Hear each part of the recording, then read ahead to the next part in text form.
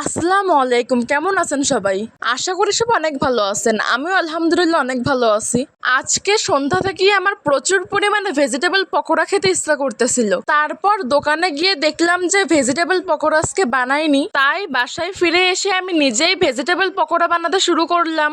আর যেখানে আমি নিজেই ভেজিটেবল পকোড়া বানাতে পারি সেখানে দোকান থেকে কিনে খাওয়ার কোনো মানেই হয় না। আপনারা হয়তোবা ভাবেন যে আপনাদের আপু সবসময় খাই দেয় আর ঘুরে বেড়ায় আর ভিডিও বানাই, কিন্তু আপনাদের আপু কিন্তু বাসায় অনেক কাজ করে। যেমন এখন দেখতেই পারছেন যে আমি কি সুন্দর রান্না করতেছি, ঠিক তেমনই বাসায় আমি টুকটাক কাজও করি।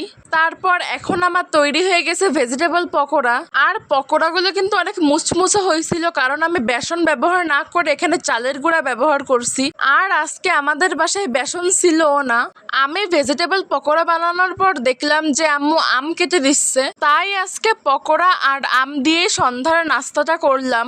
আজকের ব্লগটা আপনাদের কাছে কেমন লাগলো আমাকে কিন্তু কমেন্ট করে জানাতে একদমই ভুলবেন না। সো আজকের ব্লগটা ছিল এই পর্যন্তই। সবাই সুস্থ থাকবেন, ভালো থাকবেন। আল্লাহ হাফেজ।